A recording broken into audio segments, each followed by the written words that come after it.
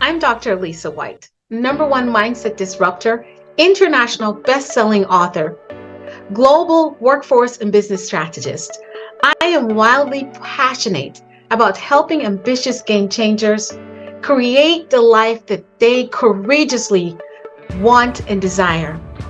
#1, by shifting from fear-based realities, those limiting beliefs that help you feel stuck in repeated cycles and also limit your grasp on living a purpose-grounded, fulfilled life. I help individuals create the relationships, career, and life that they passionately desire. Today, it is my honor to bring to you a presentation that I was unfortunately unable to attend live and in person. Yes, my dear friend and sister, Queen Elizabeth Lucas in the UK, the founder and owner of Yes You Can International, an organization that's creating change and impact in the lives of young people and adults all over the globe. So the question proposed by our dear Queen Elizabeth Lucas for this International Transformational Leadership Conference is communication and relationship. How important and how we can improve it. My friend, I believe firmly that communication is the baseline for all human interaction. And, sometimes we wonder why we have different languages. And so when the topic was proposed to me, I thought it's best for me to share my top 10 critical communication skills that can be developed among couples and individuals who find themselves in relationship overall. You see, communication is the cornerstone of any type of relationship. The quality, I want you to hear this, the quality of any relationship is no greater than the quality of the communication inside that relationship. You see, when we increase the quality of communication within our relationships, we're able to enhance it the best way. Yes, the quality of the communication is the way how we enhance and flourish and nurture the relationships that we're part of. However, unfortunately, interpersonal communication skills are rarely ever taught in schools, colleges, university, churches, or else. It's why inside of anything that I do, #1, as an individual, I am constantly working on my own communication skills. I'm doing checks with the individuals I work with, the individuals I love and relate with on a regular basis, particularly, how am I doing? It's also the reason why I always ask for clarification. If you've never tried to strengthen your communication skills, they're probably not as good as they should be. And I believe that was the vision that my sister and friend Queen Elizabeth Lucas had when she talked about putting on a transformational leadership conference around the subject of communication. Because like I said, we learn them independently. They're not really taught. So it's forums and platforms like Yes You Can International and Fulfillment Empowerment Network and so many others. We are taking a proactive stance on helping individuals communicate better. And so I love it, and congratulations, Queen Elizabeth and team from Yes You Can Internationals and every one of the individuals who were in the live conference and seminar putting this together. Here is my contribution, my top 10 critical, I say critical because there are several. I've got different kinds, and I thought about which one is the best for me to pull from to be a part of the complementing the process of what is intended to achieve by this conference. And so here are my top 10 critical skills, mainly for couples, but it can be applied throughout our interactions as family members, in friendships, and also in many and much of our leadership roles. So let's enhance your communication skills and your relationships with these strategies. Number one, I want to share with us is focus on the specific behavior rather than the person. And you're like, what do you mean? Behavior rather than a person? This person is always doing that thing. What am I talking about is to address the other person's behaviors or words, not the person. You know, when we are having difficulty with something someone says or does, we usually say, you're always doing that. You know that phrase? It's much more agreeable when we say, it hurts my feelings when you don't listen to me, right? You're not saying you hurt my feelings all the time. You always do this. You're saying, it hurt my feelings when you do not listen to me, when you do not put your towel away. That is the focus on the behavior and not the person. So the opposite of saying it hurts my feelings when you don't listen to me would sound like, why do you have to be so rude all the time and ignore me? See? One of them sounds accusatory and one of them is saying, here's my problem and I would like for you to help me. When we attack the other person, that's when they become defensive in the communication process. When people are defensive, the conversation becomes unproductive and it turns into a fight and arguments, and you know what results you get. We get no results. So, because you're interested in changing the person's behavior so you can be at peace and in union and proper healthy communication with them, you can't focus on changing the person, but asking them to work with you and you supporting them and changing the behavior that's offending you. So that's number one. Focus on the specific behavior rather than the person. Number two, be careful about timing. Find the right timing. For my note takers, it's find the right timing. If your partner comes home from work and slams the door, it might not be the best time to share your displeasure with them about leaving the sink full of dirty dishes when they've been home all day. No, it's not a good idea. Pick a time when everyone is calm and most likely free of distractions. So number two is find the right time. The third thing that I would like to share is be clear and assertive. It's unfair and it's also counter and unproductive to expect others to read your mind. Ladies, can I pick on us for a bit? We are synonymous for saying one thing and meaning another thing. As a matter of fact, I have found in some cultures it's more common to be passive about our own feelings. And so I know that the Gen Zs and the Gen Ys, not so much, they just spit it out and they need to do some work too. But you want to be clear and assertive. You know, it's important that you're bold and open, because your happiness is your responsibility. I talk a lot about self-love and self-responsibility, and a lot of individuals confuse the two. But self-responsibility is where you're taking responsibility for your own happiness, your own behaviors. So you have to be bold and open in order to be the key player in your happiness. Because no one else really has the responsibility as much as you do. You lead the way and then they help you. They're your supporting cast members on your happiness. So let your partner know how they can fulfill your needs by being clear and assertive. If something is bothering you, share that information. But remember, number two, find the right time. Number four is be willing to compromise. Ooh.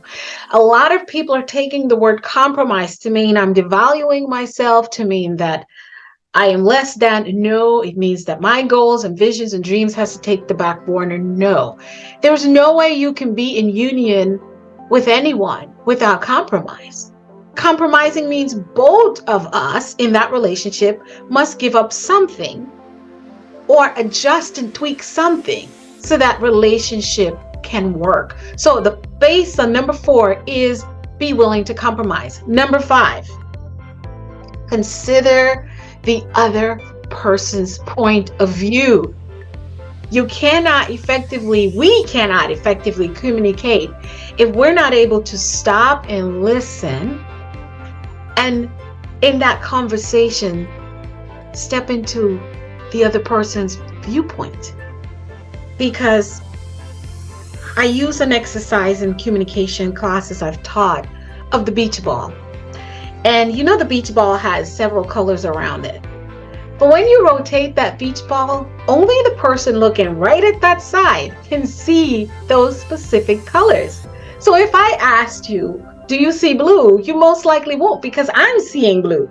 In order for me to be able to see blue, I've got to turn that beach ball. And so that is what seeing and looking at another person's point of view look like. You have to strive to be empathetic, talk a walk in the other person's shoes, taking that spot as if you were them, which means you are going to let yourself be quiet and fall back and move into their position so you can see clearly where they may be coming from. You might also realize that you are sometimes being very unreasonable because you don't have the right perspective or the right viewpoint to get their point of view. Do you like that? So consider the other person's viewpoint is number 5. Number 6, create a safe environment. Be receptive to the concerns of your partner. When you react poorly, your partner will be less likely to communicate that issue or anything like it the next time. And that is what I don't think anybody wants, that, unless you're just selfishly narcissistic. And I'm not going to talk about narcissism in this, because narcissism is always creating the exception to the rule. And we're not here to diagnose anyone, right? I'm not here to tell you that your partner don't want to listen to your point of view and they're not receptive and care. That's a whole nother conversation. But you want to create a safe environment with your partner. Be receptive to their concerns and understand from their point of view as well. When you are communicating, you want to create that environment that permits sharing without punishment, which means you're not going to listen in that conversation, agree, and then come and bring it up later and say, oh, that's how you did the last time. Allow for sharing in honesty and truthfulness while being able to step and look at things from that person's viewpoint without punishing them. Be grateful that your partner is willing to speak up and share their in vulnerability and openness with you. And that's number 6. Create an environment where that is receptive to your partner's concern. Receptive. Now think about that. If you walk into a lobby and it's in complete disarray, you would look and say, this reception area is horrible. I don't know that I want to do business here. I don't know I want to see the doctors here where it's always chaos and the phones are ringing and people are yelling, right? So think about that. Reception is creating that safe environment. Number 7, after you speak, shut up and listen. After you speak, listen. It's not just about getting your point across, as we said earlier. You're also going to have to maintain the responsibility to listen. And I like to talk about active listening. Active listening is really being able to drop your own ideas, thoughts, opinions, clear distraction, and listen. Not just with your head, with your ears and your head, but with your heart, where you're empathetic, as we said earlier. Because you might learn something invaluable, right? Have you ever learned anything while you were talking? Right now, I'm not learning anything because I'm the one speaking. But if I was in a room with you and you were able to respond to these points that I've made, I would be able to walk away from this conversation with more knowledge on the very things that I've written. Because guess what? You all will bring a different perspective and a point of view. And that's what makes communication rich and meaningful to the human experience, is each of us feeling valued because we each bring something unique to the table.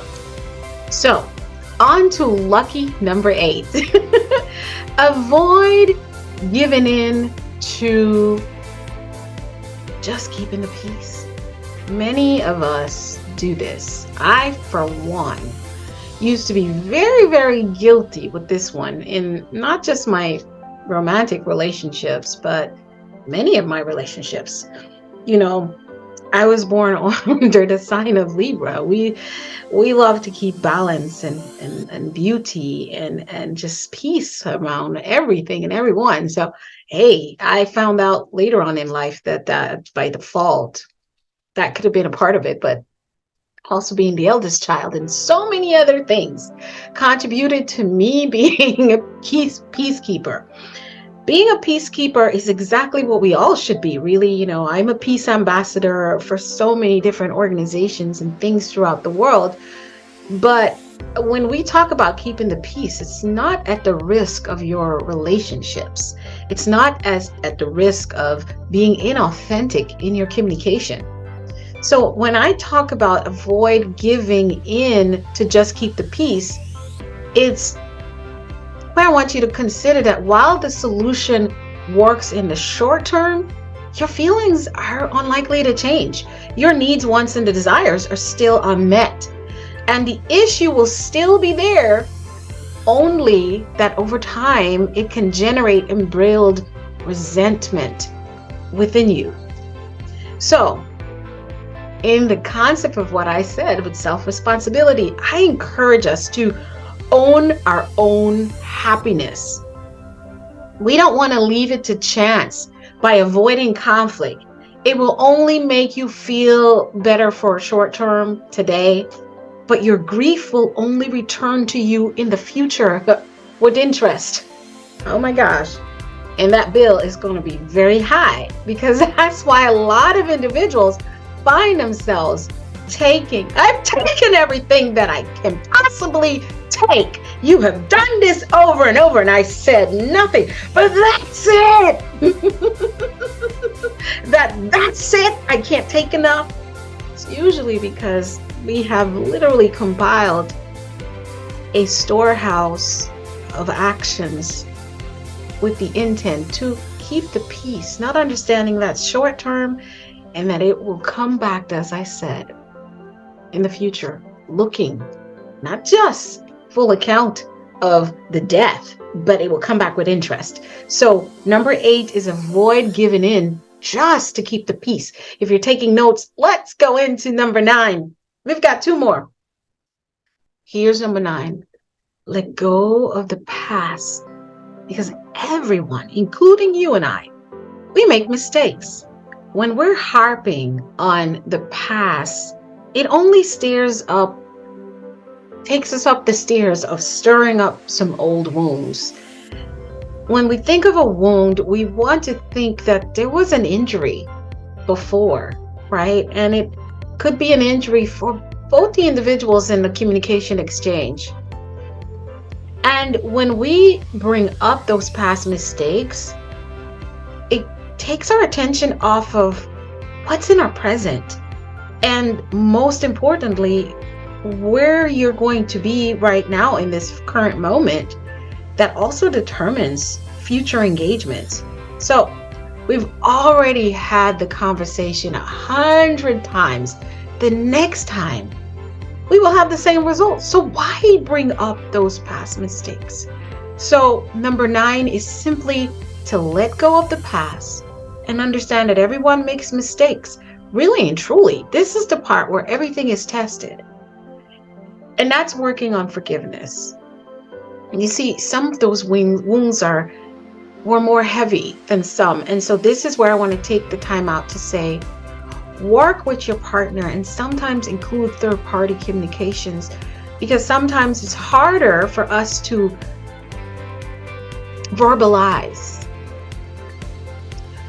how much we hurt and what we need, if we even know what we need to help us heal, just in the efforts of doing it ourselves.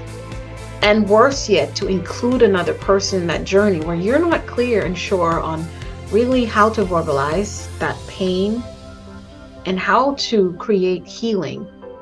So that's where I say let go of the past. Know that everyone makes mistakes, but if needed, include a neutral third party. And I would always recommend going to a professional, not risking it with a friend or a family member who may or may not have dibs on either sides of the relationship or the communication, right? So get a neutral person to help you with that healing process as an individual and as a couple. And our final one, number 10, of the 10 most critical communication skills and strategies that couples should consider is avoid making assumptions. Assumptions. When I was younger, I watched a television show that broke up the word assumptions. And at the beginning are the three letters ASS. And then after that, it's you. And assuming can really, what I loved about that when I learned it years and years ago, is assuming can just make a total you know what out of all parties involved. So avoid making assumptions. Many communication problems are the result of poor assumptions. I learned that so many times that, man, people say I'm a little bit naive because I'm like, nope, let me wait for clarity. I've got a million and one ideas of what happened and what this person might be thinking or feeling, but silence that, right? I've already thought it up, and I have to silence that monkey brain and seek clarity, ensuring that I understand the situation preceding the actions or communication that I received. You see, because it might just be a simple misunderstanding. Can you hear me? An inaccurate assumption can be the starting point of another disagreement. I know you've seen them do it many times before. I know that this is an ongoing issue. But you assuming you know the why is the problem. You want to sit with your partner or the individual you're dealing with in communication with and listen with an open, empathetic heart to understand the situation before the action or the communication that you received. Avoid making assumptions, even though you feel like it's written on the wall. I can't tell you how many times I was sure that that was it. And a little bit of questioning and clarity, totally different intent. And so a lot of us work from a place of our past traumas, especially when it comes to relationships, romantic relationships, where the other person you were in relationship with previously did this and it equaled that, or they did this because of that. Please do not take a paintbrush and paint the other person's way of being and doing on the new person. And sometimes when you're agreeing to continue on in relationship after certain things have happened, you also want to create room for that person to repaint themselves in your eyes. Create room, right? And while you're in responsibility for yourself, they must be too. And that's the only way the thing will work, if both people are in agreement with at least these 10 things. I could give you so much more, but we're out of time on that. My friends, these are my top 10 critical communication skills for couples that I would like to submit as part of this huger and larger conversation of, is communication important? Why or why not? Yes, it is the baseline for everything we do. Effective and kind communication is pivotal in all our relationships. Communication skills can make or break any relationship. So I'm going to remind us to keep the lines of communication wide open by maintaining an environment that welcomes open, honest, and authentic dialogue. Avoiding the situation only postpones the problems, remember? And being assertive to share your concerns with the other person is very key. So it is my challenge to each of us today to take responsibility, personal responsibility for the quality of your relationship by strengthening your communication skills so you can get the results you're looking for. Because all relationships, romantic or else, are partnerships in life, whether it's for a season, a reason, or a lifetime. Remember that the quality of any relationship is no greater than the quality of the communication that exists within it. And for now, I want to remind you all that every single thing in our lives begin with a thought, because what you think is what you begin to speak and communicate, not just to individuals around you, but to this wide open, beautiful, creative sphere of the universe that we have. We are creators. And so what we think is what we speak is what we begin to do, and what we do is what we become. And with that is the very essence of the results that we will get. The results you get are those goals and dreams that you have set for yourself, the mission that you're on this earth for. And so think, speak, do, become is the mantra of shifting your mindsets into a space for optimum success and abundance. And remember that every single thing begins with a thought. And my question to you always is, how is your mindset? I want to wish you all love, light, peace, and abundance of blessings. I am Dr. Alisa Whyte, and I'll talk to you later. Bye for now.